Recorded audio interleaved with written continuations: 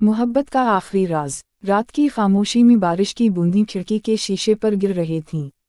Aryan coffee के cup के साथ बैठा पुरानी यादों में खोया हुआ था। इसके हाथ में एक खत था जो 5 साल पहले जोया ने लिखा था, लेकिन आर्यन ने कभी खोला नहीं था। जोया, वो लड़की जो आर्यन की जिंदगी में तूफान बनकर आई थी और एक राज छोड़कर चली गई थी। आज जब आर्यन ने खत खोला तो इसकी आंखें हैरत से फैल गईं। आर्यन, अगर तुम मुझसे सच्ची मोहब्बत करते हो तो कल रात उसी पुरानी हवेली में आना जहां हम आखिरी बार मिले थे। वहीं तुम्हें मेरी मोहब्बत का आखिरी राज मिलेगा। ये खत जोया ने 5 साल पहले लिखा था, लेकिन हैरत की बात ये थी कि ये आज ही इसके दरवाजे पर पड़ा था। ये कैसे मुमकिन था? जोया तो 5 साल पहले एक हादसे में मर चुकी थी। हवेली में कदम रखते ही आर्यन को लगा जैसे वो किसी और ही दुनिया में आ गया हो। पुरानी यादें इसके जहन में ताज़ा हो गईं।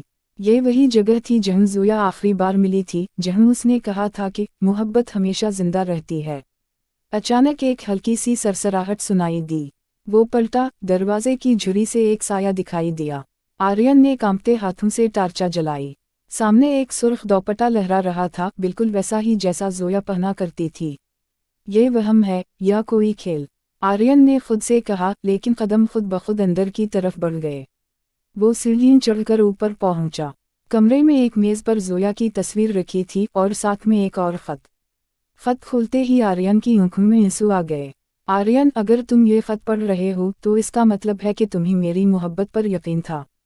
मैं इस दिन मरी नहीं थी, मुझे किसी ने मारने की कोशिश की थी और मुझे रूपोश होना पड़ा।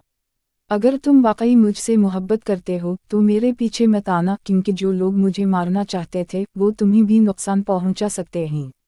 बस इतना जान लो, मैं जहाँ भी हूँ तुम्हें हमेशा चाहती रहूंगी। आर्यन के हाथ कांपने लगे। जोया जिंदा थी, मगर कहाँ? किसने उसे मारने की कोशिश की थी? उसी लम्हे हवेली के बाहर एक कार रुकी। आर्यन खिड़की से झांक कर देखने लगा।